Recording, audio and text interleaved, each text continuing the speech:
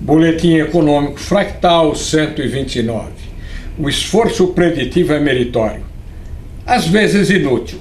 O Ministério da Agricultura, Pecuária e Abastecimento do Brasil anunciou sua previsão para o valor da produção agrícola de 2012.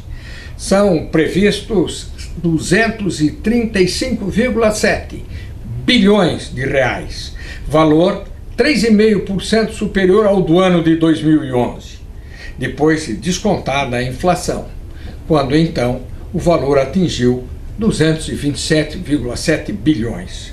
O desempenho do setor foi explicado por 5 produtos, principalmente algodão com um aumento real de 23,7%, cebola 19,8%, feijão 13,4%, milho 29,8%, soja 19,1% e maçã 4,3%.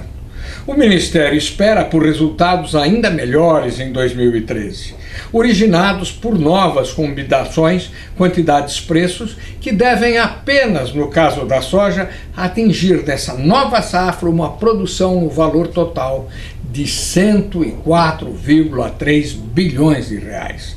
Essas previsões para as produções agrícolas correm sempre o risco de não se concretizarem em função dos chamados atos de Deus, regimes de chuva, comportamentos de clima, secas, ainda são mistérios não totalmente decifrados dentro dos estudos de clima. A soja e o milho, por exemplo, precisam de chuva quando estão florindo ou quando estão granando.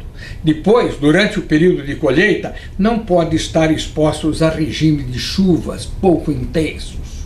E quem controla tudo isso é São Pedro, não o Ministério. Seja como for, essas previsões renovam o ânimo dos agentes econômicos e reafirmam a vocação agrícola do país.